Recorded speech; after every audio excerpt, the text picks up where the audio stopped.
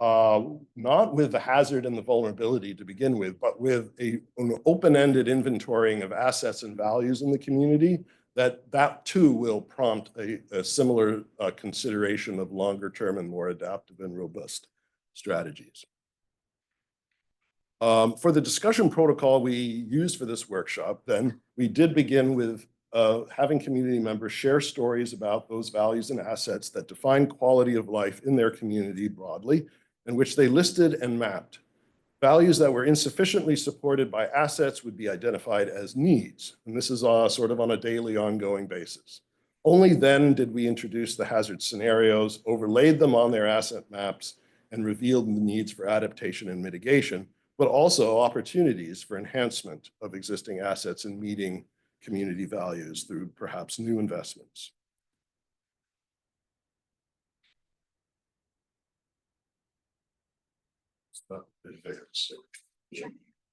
Sorry. Arrow, that's what I've been using.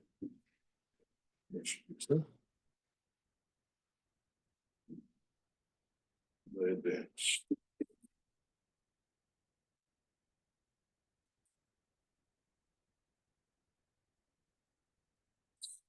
Sorry. The choice of hazards to map was determined by Westport's Tsunami Safety Committee and drawn from the highest priority identified in the local hazard mitigation plan, which is the tsunami and the earthquake itself, but also the more likely and frequent impact of sea level rise due to climate change. Note that at the time of the workshops in 2018, this calculated priority risk index for climate change ranked only 6th, although the individual effects of climate change, such as flooding, storminess, and erosion, were all ranked higher. That hasn't changed, although in fact in 2024, wildfire now has jumped up above climate change in this list. But there was no mention at all of sea level rise per se, and that still is the case as well. For the earthquake scenario and the resulting tsunami scenarios, 2 different levels of severity and likelihood were chosen. To inform discussions of long-term land use planning for the comprehensive plan update, as well as vertical evacuation, we looked at both the tsunami wave and flooding hazard and permanent ground subsidence that would change the coastline after the earthquake. We also looked beyond the city limits, which are confined to the most exposed tip of the sand spit, to the larger South Beach area, which includes more high ground. To prompt strategies for survival and adaptation, we first asked workshop participants to discuss what assets would remain to be used for surviving the initial 2 weeks after the event. Then the participants discussed what can the community do now to prepare for the post-earthquake new normal. It was helpful to consider how such calamities have similar effects over the long term as more gradual, frequently perceivable changes such as sea level rise do. Gradual loss of shoreland due to sea level rise could be quite similar to what would be lost instantly due to co-seismic ground subsidence. Thus, planning for the gradual would also benefit planning for the catastrophic. Workshop participants discussed the gradual cumulative impacts of sea level rise by dividing into 2 groups, each looking at a different time horizon with different probabilities and severities of impact. With sea level rise, storm surges and tides gradually get higher and the community loses land along the shore over some decades. This information was also presented probabilistically, and the workshop participants were able to choose the time horizon, severity level, and risk level for which they wanted to plan. At the most severe level, land loss from sea level rise is similar to what subsidence might produce after the worst case maximum considered earthquake scenario. Bear in mind that these maps do not combine the effect of sea level rise with subsidence, which is something that actual designs for vertical evacuation structures must do, and we were able to model these after the workshop. But the takeaway is that discussing hazards with different types of onset but similar long-term impacts on land loss helped inspire strategies that could withstand multiple types of scenarios and reveal benefits of investment that might not seem justified just for extremely rare but sudden and catastrophic events on the one hand, or just for inexorable but slower and less severe hazards on the other hand. So the next set of slides, and I'll get through them fairly quickly, I think, just shows what the multiple benefits associated with these different strategies are and how the strategies were arrayed over a series of timeframes, very roughly and qualitatively determined. But to begin with, the most expanding the set of vertical evacuation structures helps the community in place escape the immediate threat to life safety posed by a tsunami, but can be used, integrated into community facilities such as parks, schools, zip line towers, any kind of thing that would get people up onto the high ground and get them familiar on a daily basis with the presence of these structures. Moving across the near term, the city can also start to take actions such as acquiring and annexing land that is currently of higher value along the beach, where homeowners could pay property taxes to help cover some of these expenses. But could also include exposed mobile homes for low-income residents in need of city services, and also entrances to high-ground timber roads, which could serve as evacuation points. That would be a short-term strategy. But over the long term, the highest ground near Westport is really this mostly private logging land and would need to be openable for evacuation, and then potentially over the long term, over the much longer term, be available for a relocation. And the community, I'll have to say, is not at a point where it can talk about this right now. It is not willing to talk about relocation. It has no plans to do that. But subsequent student studios and engagements with local leaders, have produced a series of designs that could show what a gradual move upland might be facilitated by, that through investments that do respond to current needs and interests, such as hunting and camping lodges or resort development, eco-educational sites that have a very light footprint on the ground and on the site, but could gradually become permanent housing over time once access is secured. And so I'm going to stop here because I'll be followed by Lynne Manzo, but then at the very end, this kind of prefigures some of the architectural designs that you'll see at the end of the session with Julie Kriegh's presentation. So thank you.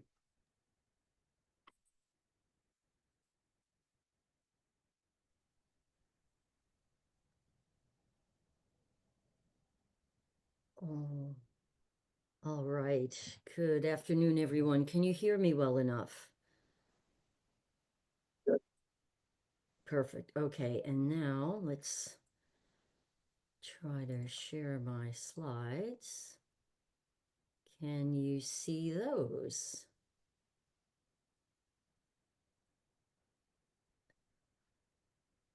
So I'm not hearing anything from the room.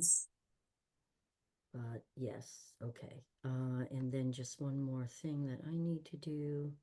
All right. All right. Good afternoon, everyone. I'm delighted to be able to join you at least virtually today, although I regret not being able to be there in person and come together in community, which is so important these days. My name is Lynne Manzo. I'm a professor in the Department of Landscape Architecture at the University of Washington in Seattle, which, as Dan mentioned, is the land of the Coast Salish people, particularly the Duwamish, Suquamish, Muckleshoot, and Tulalip, whose tribes touch the shared water of the Salish Sea. And what I'm going to talk to you about today is really different. We saw a lot of maps in Dan's presentation, larger community ideas, and that's sort of the 10,000 foot view. I'm going to take you, land that plane and go all the way down on the ground and into baggage claim, talking from the perspective as an environmental psychologist of the idea of the lived experience of place. And in particular, looking at the adaptive capacity of place attachments in response to change. So this is something, actually, I'm curious, just and maybe someone could tell me, show of hands, this is easier to do if I was in person. How many of you have heard of environmental psychology before? So maybe a few, yeah. 2/3. Oh, fantastic. Oh, awesome. Yay. That's really great to hear. It really varies from place to place. So for those of you who are less familiar, my quick elevator pitch is that it's an interdisciplinary social science that seeks to understand the interrelationships between people and place. And the way we think about place is very distinct from space.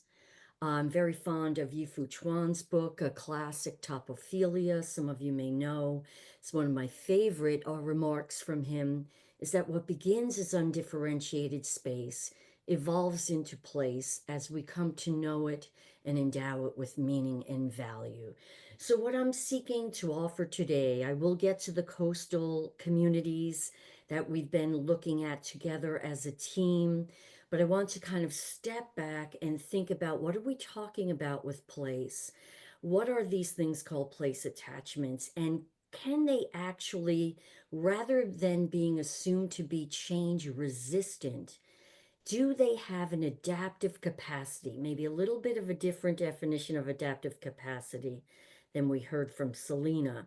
But that's a really fascinating thing to think about. And I've been thinking about place attachments and studying them for over 30 years now.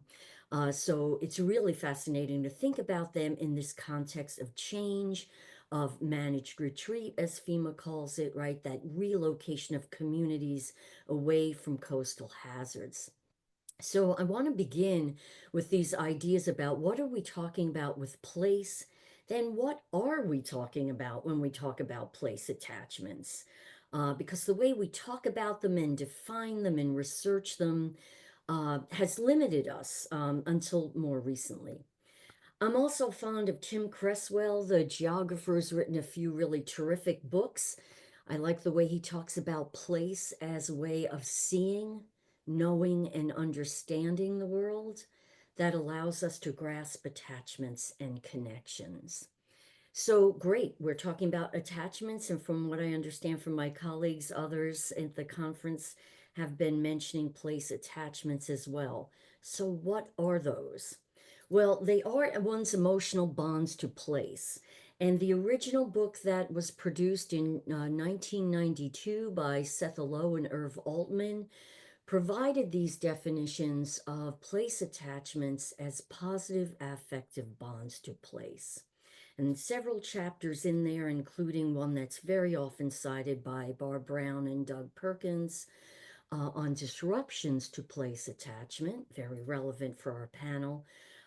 Focus on security, sense of belonging, continuity, and rootedness. And you see there depicted what is known in China as a nail house, right? Big developments going on around them, and they're refusing to leave. I'm still trying to figure out how they get out and get groceries.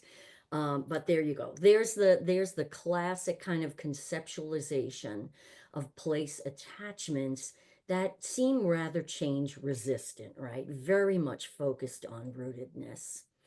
And this has evolved largely because even in ensuing decades, place attachments tend to be studied via length of residency as the key variable. And that's great and important. It's shed a lot of important light on the nature of place attachments, but it has led to a sedentary bias, an expectation of stasis, with very little recognition of the full complexity and dynamism of place attachments and how they can actually respond to change. And in doing so, also thinking about their political dimensions, because our relationships to place, like people, like other relationships, exist in an uneven landscape of power. But what I want you to think about, and colleagues internationally and I who study place attachments for the past handful of years have been thinking, must place attachments be change averse? What of these communities that Celina and Dan have talked about, that I'll talk about in a moment, how are they attached to places? And is their attachments meaning or translating into them being absolutely resistant to relocation? And I'd say no, right? And we're still working on and trying to publish some of this work. So it is a bit cutting edge arguments that I'm trying to convey. Many of you, if you know place attachments, may be familiar with my colleague Mindy Fulilov's work, her famous book that first came out in 2006 on root shock. And she defines root shock as the traumatic stress response to losing all or part of one's emotional ecosystem. And she borrowed that term from botanists, right, that were describing stress that transplanted trees or shrubs go through. And she argued that it's certainly applicable to human communities and that the health of each person and community is affected by their belonging to place and one another. And that this kind of connection, then these place attachments are vital for collective well-being and public health. After all, emotions and well-being are the theme of this conference, right? But what's important to note, and I'm a fan, I'm a friend of Mindy's, I'm a fan of this work. I cite it often, as many others do. But it's important to keep in mind that this was about urban renewal projects, demolishing African American neighborhoods through history, and the whole experience of African Americans through that history with the Great Migration and so on. The question is, does it apply, and is it experienced like that? Lock, stock, and barrel, do we take that conceptualization and apply it to communities that are considering relocation away from coastal hazards? So that's the thing that we're engaging with in part of my role in this team project. So here's the thing: if the pandemic has taught us anything, it's taught us that we live in a world of socio-spatial precarity, right? Everything from ecological regime shifts to social unrest and responses to social injustice to all manner of environmental hazards.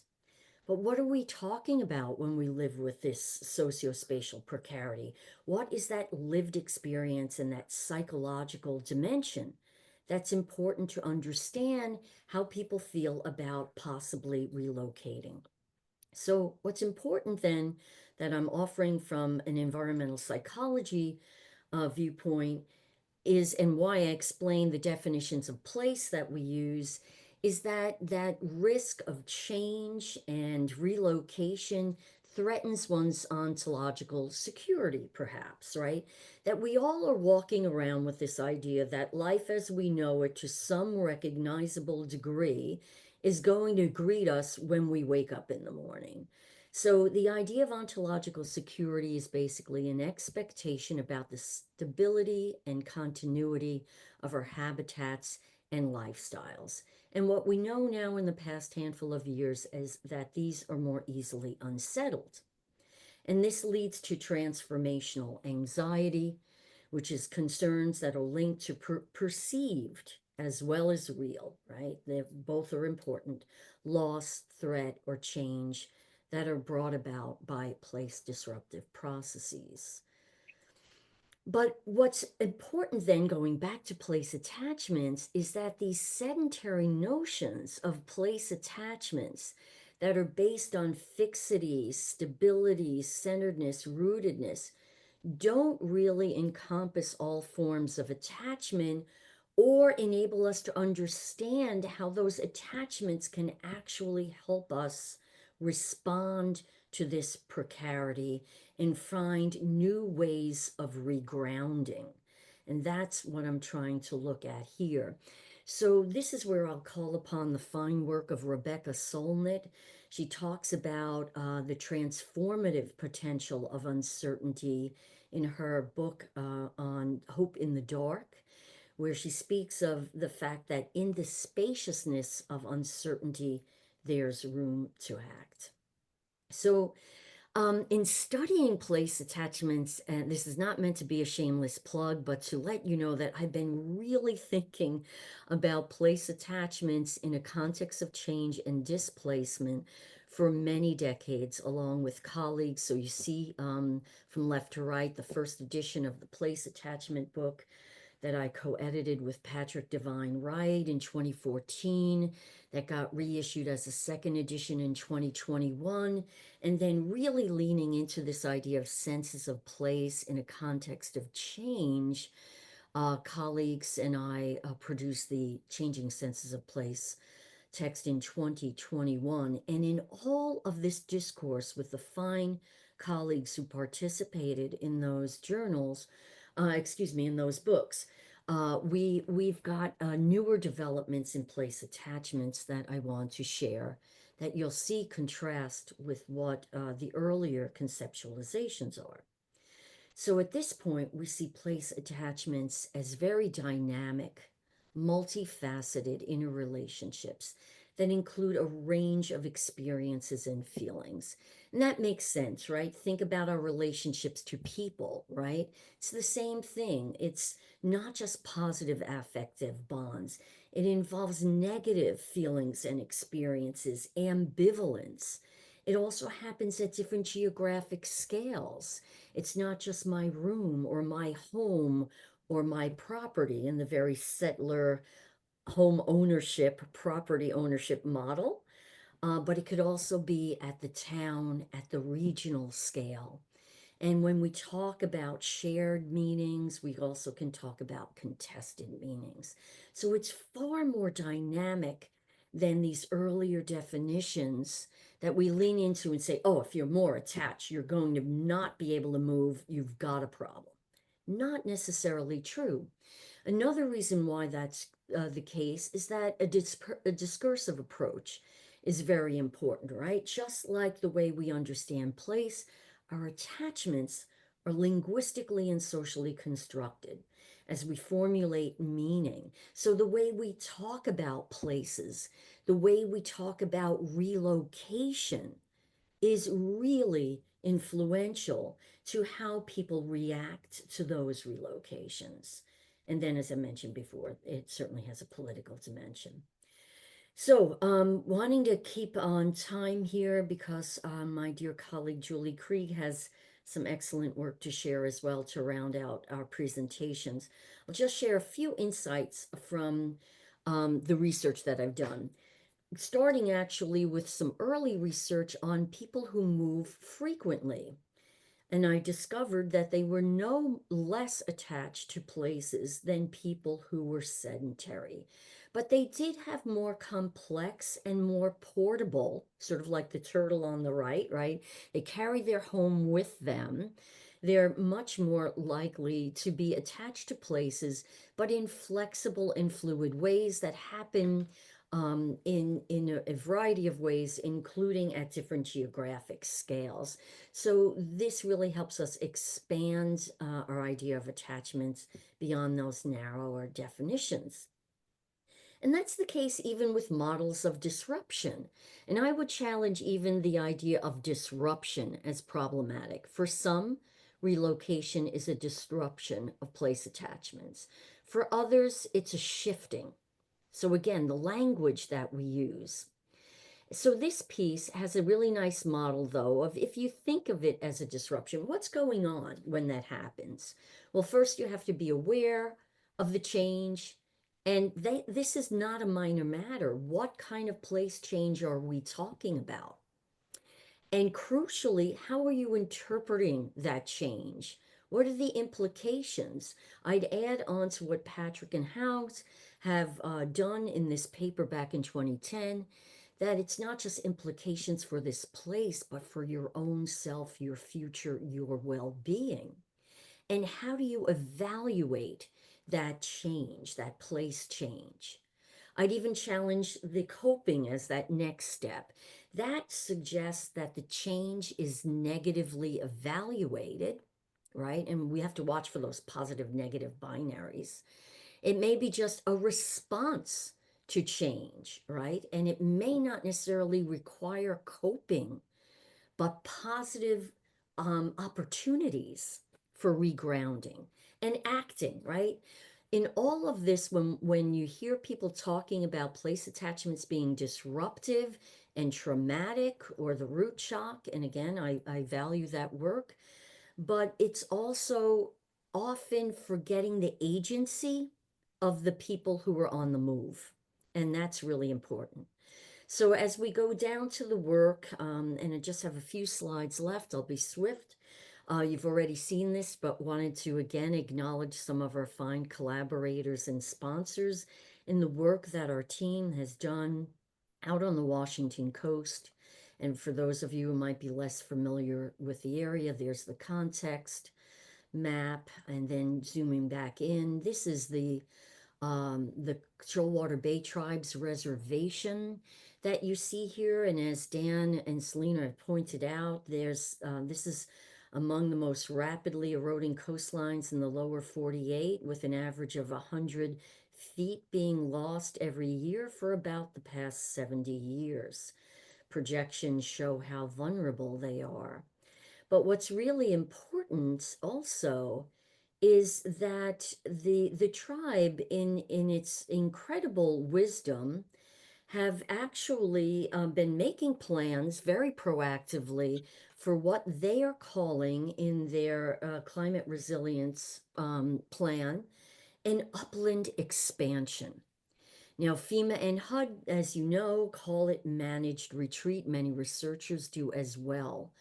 But the brilliance of their relocation plan to go uphill and further inland, they describe as an upland expansion and an opportunity to focus on having what they call the most sustainable and resilient village possible. This is a model that is not glass half empty, that is not focused on loss, but on new opportunity to resettle on ancestral lands and to build community in new, more sustainable ways that honor the past as well. And they've been thinking about this for a long time, thinking also about the continuity in their culture through all this change and the wisdom of even looking back at this when they won a Cultural Health Prize from the Robert Wood Johnson Foundation in 2016, pulling together for wellness, where they talked about how culture is health. And that's what they bring, that's the sensibility that they bring to the relocation process. And we learned about that through many different workshops with them. And you see our students here getting ready to talk with them. And so what we discovered, and I'm almost done, is the vital role of self-determination in responding to place change. So when we look at the nuances actually of Mindy Fullalove's idea of root shock, she also talks about place keeping and the idea of milieu therapy, which she describes as the working through the creation of healing places for an environment to lift the spirit, whereby attention is focused on opportunities for relatedness. And that is the way that the tribe is looking at the relocation inland and uphill. And that stands in stark contrast. So what I would call are more of the colonial approaches to land and property rights that are not adaptive and static, like this house that's just, sort of hard armoring up and absolutely refusing to go, as you see from the sign on their fence. I'll not go, cute puns with words, but that's a that's static place attachment. But what we're seeing is adaptive attachment among the tribal members. So I'm closing out now. Some wisdom from these projects. We've talked about a little bit in a paper back in 2019 on fixities and flows. So rather than this more sedentary theory of attachments that you see on the left, we've been playing with the idea of archipelagos and multiple sort of nodes of home and networks of people in place that allow for more fluidity and change. So in closing, I'll say that yes, of course, change can have a destabilizing effect, especially when there's little control over that change.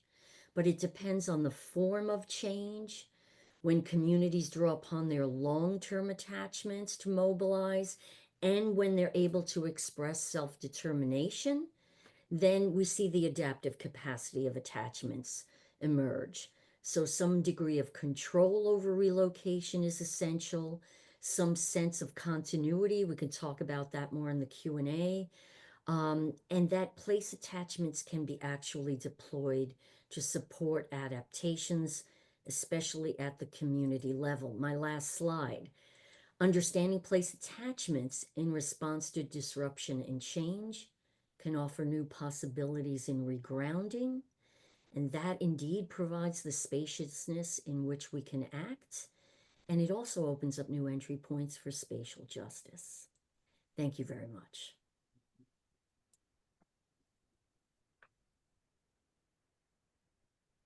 And then, Julie, I'll hand it over to you to close us out. Thank you, Lynn. Let's see. Okay, I'm gonna ask the same questions. Can you see the screen? Can you hear me? So I will be talking to you today about resilient housing as defined by, and I define that as prefabricated, panelized, passive house homes designed for assembly, disassembly, and reassembly. I come to you from a background of architecture. I'm founder of Kriegh Architecture Studios and a affiliate faculty at the University of Washington, having worked on this research team for coastal adaptations since 2022. Okay, it's not advancing. Oh, there we go. So I ground this presentation in with our tribal partner and their resolution for a collaboration in research and development of best practices in building materials and designs for their move uphill while creating a framework for communities more broadly to envision and plan climate adaptive strategies. And that is exactly what I'm grounding this presentation in. The problem, as my colleagues have explained, is the hazards of coastal flooding, sea level rise, as well as earthquake and tsunami that are imminent threats for coastal communities. Adaptation efforts call for a culturally relevant, environmentally sensitive, and climate responsive development, honoring the ancestral traditions and values and homelands of tribal communities. The promise of resilient design and construction is found in Design for Disassembly, DFD, which is a prefabricated, panelized, passive house project that aims to address the current housing needs of the tribe in the coastal lowlands while preparing for expansion and relocation in the uplands per the tribal resolution, using best practices in building science and designs. So today I'm going to talk to you about the plank house, which is a traditional indigenous housing, which that is sustainable, seasonal, and movable. The Zero House, a contemporary DFD prototype, which is prefabricated, sustainable, and movable also. And then two projects from my company, a passive house cabin and a regenerative farm passive house projects. And this is a system of building that is prefabricated, panelized, and passive house. But it's grounded again in our tribal partners who have told us many times throughout our work with them that people of their community have lived there their entire life. They don't necessarily want to move uphill. That's where their family's always been. And yet they support the others who would want to move uphill. And they respond to us or relate to us that there is traditionally that their housing has to be easy to rebuild. So you have this conflict, I guess, of attachments and knowledge and learning, and yet wanting to also move forward. So in this diagram here, you can see that traditional practice, which can be traced back to early history of the built and rebuilt plank houses in support of seasonal moves or migrations for resource harvesting. And what's interesting about this type of construction, the shed type of plank house that you see in the upper left and the one in the center here are the type that we have been looking at out on the coast as traditional housing. And what's important here is this notion that the cedar planks that created these buildings were removed, relocated seasonally, and passed down through the generations. They were inherited from one generation to another. And I think that that is an important criteria in terms of a panelized construction like I've been talking about.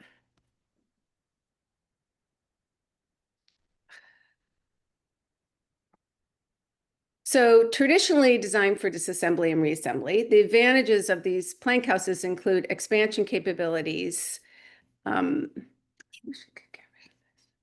on, I'm trying to get rid of, okay. Adapted to the needs of multi-generational households. Plank house is one of the earliest examples of construction practices using light on the land, environmental approach, zero waste, low embodied carbon materials such as cedar, and they were easy to build and rebuild. Today, this construction methodology is called design for disassembly, DFD, and is used in conjunction with net zero energy passive house buildings that are prefabricated, constructed of prefabricated wall, floor, and roof panels. But this is not just the architectural world that is looking into this. Contemporary projects that are indigenous-led for net zero energy are also out there as examples, such as this Native American Sustainable Housing Initiative in Boulder. And the premise of this housing is based on passive house strategies for low energy. It uses triple pane windows, triple thermal insulation, controlled ventilation, and heating and cooling, air sealing and weather control layers, and what's called no thermal bridging. So this type of construction is something that is actually a national and international way of constructing. And why it's important in terms of a sustainable and resilient strategy is that if you compare a code minimum constructed home with a passive house constructed home by looking at energy modeling, you'll see that an energy unit intensity, or EUI, for a code minimum house is rated at 55 kilobtus per square foot per year, and that a passive house is 11, so an 80% reduction. What's also interesting to note is that a steady state, so you can see the difference here, a code building, the energy use fluctuates over the year, and in a passive house, it stays very low energy demand and also steady state. And this is important when communities are cut off and in danger of hazards due to fires, storms, and slides that my colleagues have mentioned. So designed for disassembly, they can be built, these homes can be built in the lowlands to address the immediate housing shortages while preserving material resources in preparation for the community's expansion uphill. The community is able to relocate without abandoning their homes that were built for them in the lowlands. And if they design and build them with passive house strategies for construction, it has lower energy costs to operate, higher construction quality for lower maintenance over time. Here's an example of such a building. It's called the Zero House. It was created by the Endeavour Center and Ryerson University in Canada as an example of a zero carbon, zero net energy, zero toxin, and zero waste building. It was built and constructed 3 times. It was also built and designed as a single family house, but also could be used as a townhome. Here's an example of a small 10-person student group who created and built that passive house that you just saw, starting with the construction of a hoop house on in a public park, and also a solar-powered station to power all their tools. Here's a photo of the panelization. So the students are working on different types of insulation, straw bale in this photo here, and then cellulose over in the upper right-hand corner. Importantly, they also experimented with new materials such as mycelium as the binder for the straw bale insulation in lieu of plaster, which has a higher carbon global warming footprint. You can see here that the foundation is a temporary steel foundation that was erected just so they could get all the components together, but that the floors are structural, self-sustaining, so that they can tip them into place very easily and then move them for the next build. And here's an example of the walls and the roof going up using different size cranes.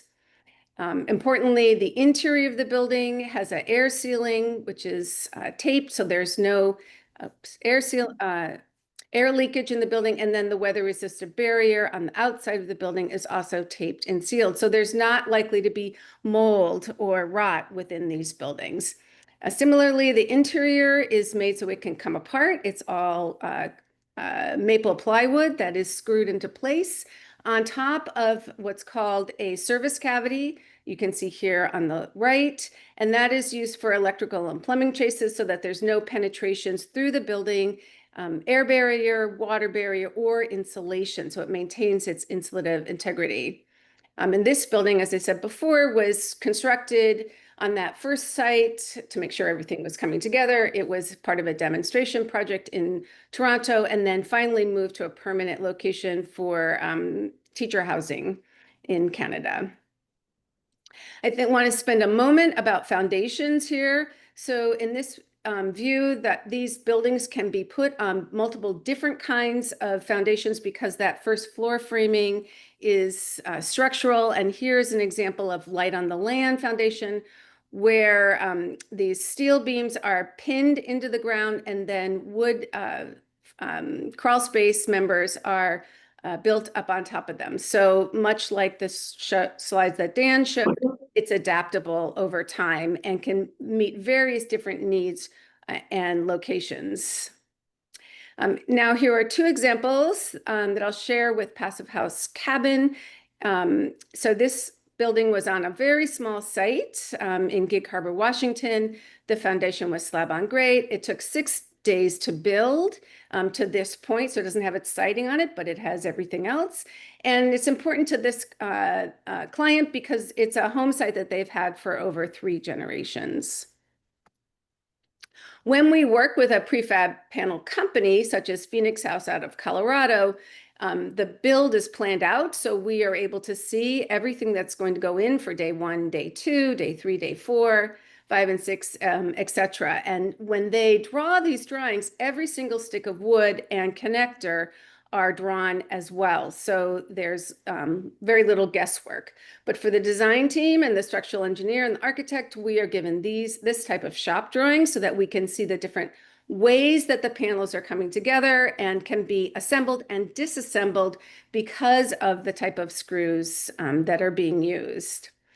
Here's an example of how that building is coming up as the slab is prepared first, and then the panels are delivered by truck, set in place. The windows are behind those pieces of plywood.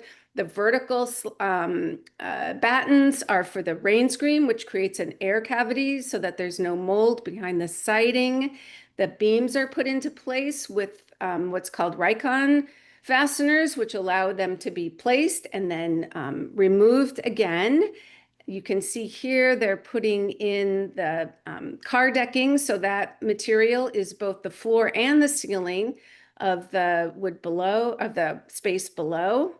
A little spot there that will be cut out for the stair that goes up for the second floor. And again, remember, this is 4 people working plus the crane operator, and all of this is going up in a week. The smaller building over here is the ancestral cabin. It's a reflection back to the ancestral cabin that was on that space. Here's some still shots of the same cabin and home being created. And I just want to point out that this floor system was put in with heat lock screws. And if we did it again, I think we would do it in bigger sections so that it would go faster still. Here's a photo of the Ricon connectors that I was talking about in the left, the trusses that are going in, And then the roof comes in with its eaves and its ventilation space created as well. The second project I'll show you is a regenerative farm passive project. The site is in the Skagit Valley. It's just above the tsunami floodplain, quite literally. It's a 20-acre site that was clear cut, and the owner is interested in restoring the land. Some of the things that they're going to be doing, or that they are doing, the project's going on right now, are creating hedgerows around the entire site, the entire 20-acre site. There's a 33,000-gallon cistern that is being located on the site for water reclamation, and it will be used for vegetable gardens, fruit and nut trees, and irrigation, as well as 10,000 gallons are reserved for the fire trucks that will access the site if there's a need for fire. There are many large glacially deposited rocks that will be created into a natural rockery wall. The lower part of the site will be reserved for farming, and the stormwater is all being treated and dispersed on the site with this creative berming situation that the landscape architect has designed. There will be an EV charging station, and the entire roof is full of solar panels. This is what the building looks like as an artist sketch. It's in 3 parts. One is a carriage house and garage. The main gathering space is the one in the center, and then bedrooms and offices and other utility spaces are in the next one. So it's net zero energy, water, and waste, as well as fire resistive, meant to last for multiple generations. And I just want to show you a brief film on what a prefab panel looks like. So this is coming into BC Passive up in Whistler into their factory. So when we connect with them, this is what's going on behind the scenes.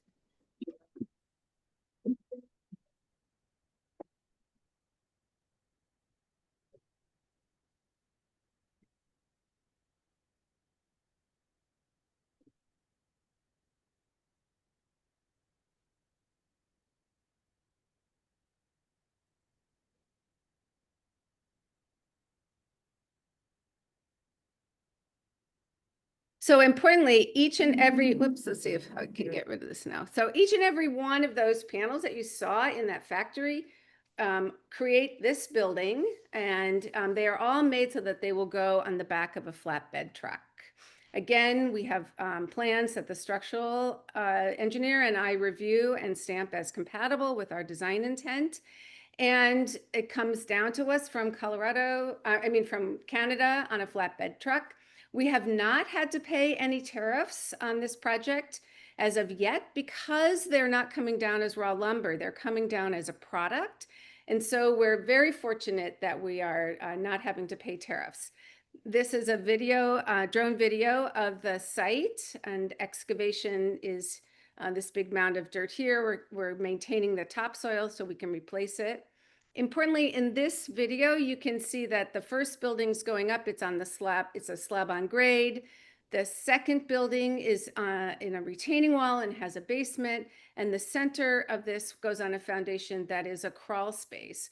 So it's all the same type of panelization, but it can be adapted to any type of foundation and you can see that there. Again, this is from BC Passive, and I'll show you a few stills of the panels going in. This is the second floor panel being craned in. And you can see here the second floor. What's interesting is these portals that are left open so that building inspectors can come in and make sure that seismic hold downs are in place properly. Each and every panel has a gasket on it so that it can come together and be airtight and make up for a few building tolerances that are allowed, so it fits together snugly. Here you can see 4 inches of exterior insulation. It's a fiberboard insulation that's waterproof, as well as the air barrier, which is the yellow that you see that connects floor to floor. And then the water control layer is the green that you see here on that photo. Here the roof is coming together. They've created a screw kind of come along device to suck the panels together, which I thought was interesting. That was developed for this project to make sure that everything fits together snugly.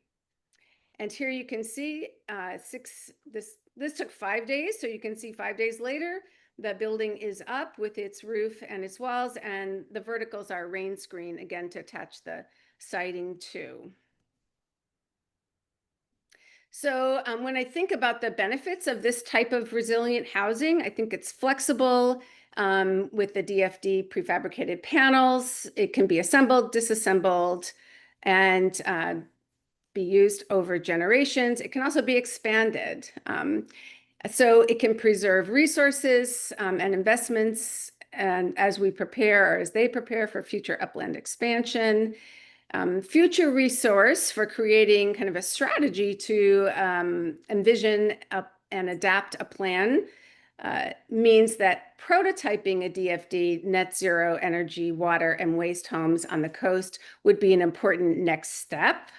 And then there's the potential of workforce training in the development of this prefabricated system, such that an indigenous owned and operated manufacturing hub could serve the community as an economic benefit, as well as the housing and shelter. And that's it. We can thank you very much for following me through on a whirlwind tour of design for disassembly. Thank you. Well, I think we've got about 14 minutes. Yeah.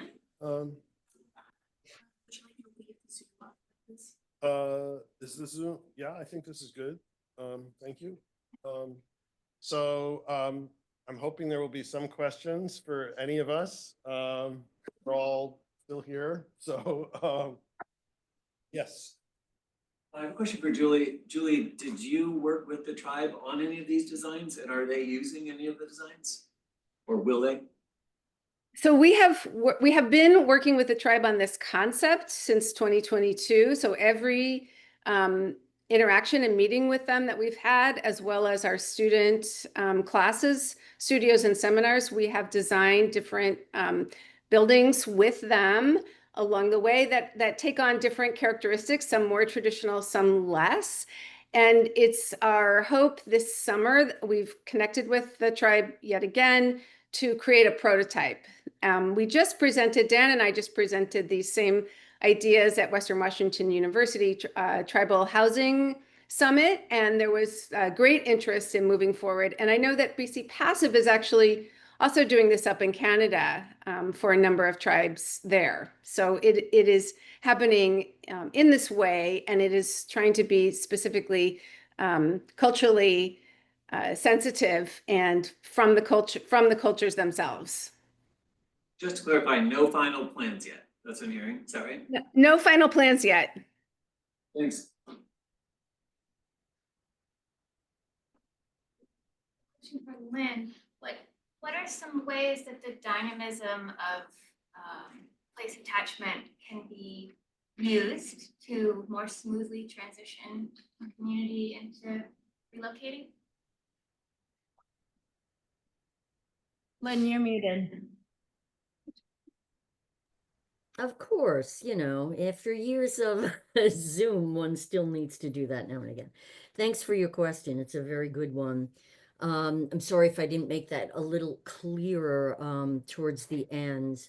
I think first it's trying to understand what are the nature of the attachments that the folks that you're working with have, and where are there moments or room for possibilities for change, for them to be accepting of change. But I think strategies like having some degree of control over it, over what happens and what that future looks like, is really important, as I mentioned. And I think also how are developing strategies that help provide a sense of continuity. So for instance, when we were talking with the tribe, there was discussion of even beams of significant buildings, right? Great big wooden beams, things being able to be carried forward and reused in the new buildings. So there's different ways of creating continuity. Some of it could be quite literally in the physical materiality of structures that are moved, like Julie beautifully talked about. But it can also be in understanding from them what would provide a sense of staying grounded and having a sense of continuity. So that can be physically material. It could be more on the sociological dimensions. It could also be thinking about the ways the new community, so for instance, there's the very traditional single family detached homes that most of the tribe live on. But what they were really excited about, which again Julie talked about, was how they could use sustainable buildings. Not only that though, but how could they lean into like food sovereignty issues with edible landscapes, how they could have homes that could expand for different generations, multi-generational housing. So in the example of that community, that sense of continuity can come in that physical materiality, as well as say in the visions for what their new home looks like. I hope that answers the question. For Celina, you had the QR code that flashed really quick. I was wondering if you could put that up for us, please. Yeah, good question. How can I? That wasn't the question, that was a request. Yeah, Please. sure. Yeah, happy to. I'm curious, you know, knowing quite a bit about sort of the evolution of that. There's decades of science and sort of some really successful projects in living shorelines that kind of created a sense of like, hey, this can actually work.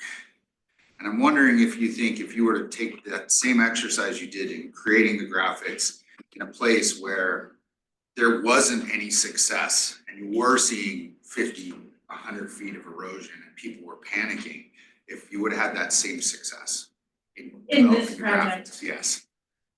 Yeah, that's a great question. I'm sure it would be very different. But I think the adaptive capacity potential would still be there, but I think the benefits would look different. I think in a situation where there's maybe a greater sense of crisis, there might be more of just like building community, collective identity or just a sense of bringing the community together, which here was already sort of there because they had already formed the stakeholder forum, the Willapa Erosion Control Now group, which is who we were working with. So I think the potential for helping adaptive capacity in all the different ways that that's possible, I think that that's always possible. You can always do that, but the difference would be in substantively, are we helping with information sharing or are we helping with like community building? So I think it would be a different exercise, but nonetheless helpful in different ways.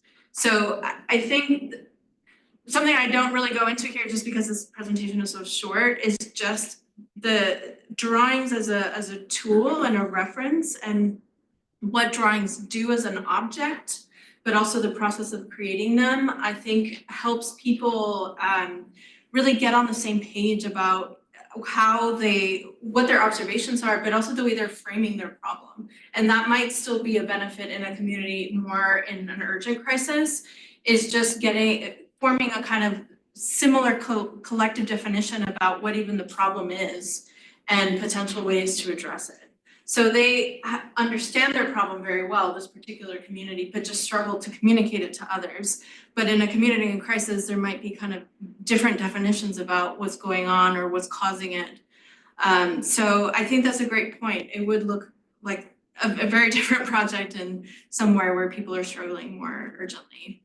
So here really it was about leveraging what they've already done to help them level up essentially to bigger projects. So they're not done, they want to do more, but have sort of come up against not knowing what's next or how to move forward.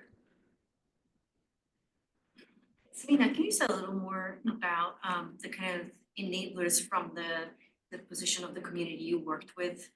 I've worked in communities that are way less cohesive, where there's, for instance, divisions between homeowners and renters. And not that there are divisions in terms of I wouldn't sit at the same table with a renter, but there's just like misconceptions as to their needs versus the homeowner need. And also in general, way less capability of showing up to a meeting like this and repeatedly over the course of months. So can you say a little bit about what, in your opinion, worked with the community that were the enablers in the community? Well, this community is interesting in that they've had very active local leadership that has been working since probably prior to 2016, but particularly in 2016. There was one particular individual in this community who's actually since passed away, and his wife has kind of taken over as the community leader. And this was a man named Dave Cottrell, who was the commissioner of the local drainage district and also the owner of one of many cranberry farms inland from this area. And everybody kind of talks about Dave as the catalyst who brought the community together to do something about the shoreline, where I actually don't have the photo, but they were dumping cars on the shoreline and trash and, you know, whatever they could find until quite recently, because they were so desperate, they didn't know what to do. Nobody was really helping them. And so they were taking matters into their own hands. And Dave was really somebody who pushed the community to do something about it. So I think, I don't know the sort of social history of Dave's kind of leadership story and who he has and maybe hasn't gotten on board. So I think the sort of community building has already been done, and we didn't have to do that much of that kind of work. But actually, I have a master's student who's interested in that question too, of who's actually been left out of this particular group of people, which includes both agencies, but also local residents. And we are interested to find out who of local residents maybe aren't taking part. So that's something that didn't really come up in our project, but hopefully I'll have more information on that in the future. So I think we were lucky in coming into a kind of pre-established cohesive community that just needed some help. Yeah.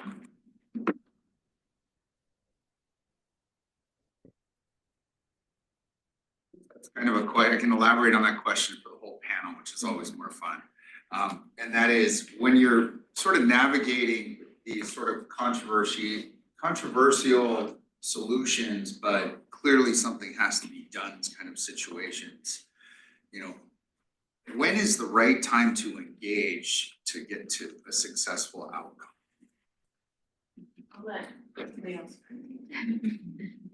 Of this group on the panel, I think I've been involved from the university side, working with these communities the longest. So we started doing this work because of the vertical evacuation structures that had been built. And I mentioned that the one at the Acosta School, which was the first to be built, was built entirely with local funding. So it demonstrated a really strong local political capital built around resilience and survival, multi-generational commitments to survival in the face of this really remarkably event that no one has experienced in their lifetime. And the settler communities there had never experienced culturally either. So having that really is what started this process for us. If there is a clue as to some capacity to move forward and to take risks and to do something extraordinary, I think that's a good signal. I don't know, does anyone else have comment on that? Lynn or Julie? Well, yeah, sure. I mean, I would thanks, Dan. That was great. And also, this is a good question. I want to say the earlier the better, like as a general rule of thumb. But of course, this depends on the nature of the collaboration and what is the outcome that we're talking about, right? For the Shoalwater Bay tribe, I think, you know, talking to them when they were still really loosely thinking about and hadn't yet engaged a professional design firm was really important, because we could brainstorm and do studios around what that new community uphill could look like. That I think that's also tied into the idea of that sense of continuity that's so important for the self-determination and the adaptability of the relocation. So I would say earlier on, and definitely the ability to talk about what even a relocation means. What are those sort of threats and what are the opportunities? So that's what I would add. I just quickly, I would add a similar comment in that because we started in 2022, we have been able to go in and talk with the local HUD regional advisors to talk to them about sustainability, to talk to them about this way of building, and prepare information for the tribes to be able to use with HUD and bring HUD along with this idea that the housing doesn't have to be just the least cost, put a roof up over your head, hand somebody an umbrella. You know, it's really about how can it be culturally appropriate and last for the long term and be a healthy building at the same time. And I know that the tribe has been able to use our posters and information and designs that the student studios have created to show off, if you will, their house down in the tribal library to HUD administrators to help build the case for future funding in a similar but different way than Celina had talked about. So earlier is better. Thanks, Julie. I think we're at time, a couple minutes over, but I hope so many people are still here, so that's a good sign. Thank you all for your attention and interest. Yeah. Thank you. We'll see you with the rest of the conference. Thank you so much. Thank you. Yes.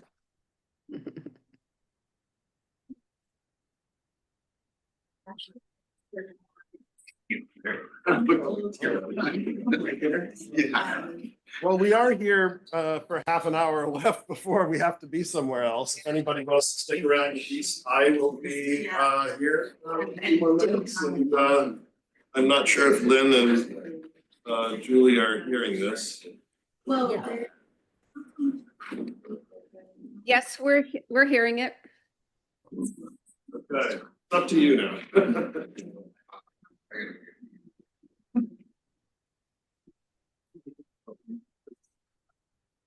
Lunchtime. That's important.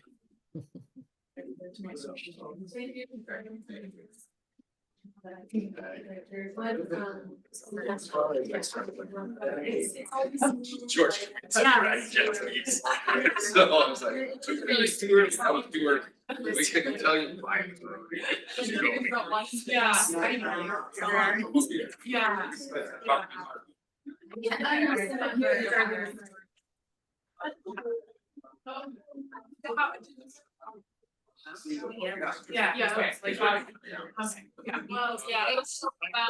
Unfortunately, looking at. All right, so I guess we'll end then, Julie. But yeah, my background. Me and doing builder and building Lynn, in particular, I'd like to follow up. So my name's Austin. I'm an environmental anthropologist working in Himalaya. It's really hard to hear you. I'm not sure why. I want to type. Years, might be because the microphone is stuck in. 28 years.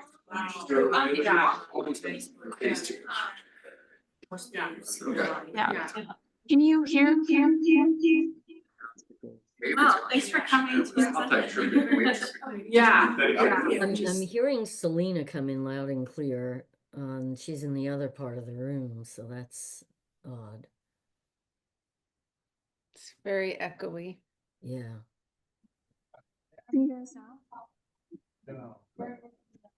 No, it's too soft.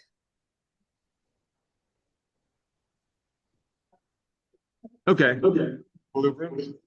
Now you.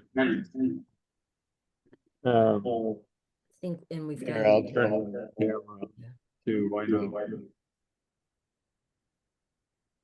Okay. So I'm Hi, Bill. This is well, so my name is Austin. I'm an environmental anthropologist. We've got an echo. Hang on, Bill. I'm so sorry. I really do want to hear your question. Okay. But we got an echo, so we Not got quite the a question. volume now, but we had a big echo, and so it was harder. Try it again. I just drew this. Yeah. Is this better, Lynn? I can hear you just fine, Dan. Yeah. Oh, okay. Can you hear me now then? I'm back Yes, on. I can. Perfect. Yay. Okay. Anyway, it'd be fun to have a more prolonged conversation. I figured, I found the body of work you presented, the way you were talking about concepts of place attachment, very compelling. I'm an environmental anthropologist. I work in the Himalayas. And I'm also I work with this community all that survived a major disaster. Work as a volunteer and as a friend, and then we're trying to understand how they make decisions about going forward, especially under conditions of uncertainty. And I too have used that soulmate quote. But I'd love to have a follow-up conversation, in particular about fluidity and ways that disruption can catalyze new kinds of place attachment. I thought your framing was extremely compelling. That's all I wanted to say, and then I will Thank you. follow up if you're willing. Yeah. I'd like to sit down for a little while, actually, just, share maybe some information from a case that I've been working on for a long time, about 10 years. Ah, fantastic. seen things I would change over love to time. hear more about your work. Absolutely. So, Now I can't hear you. This is oh, great.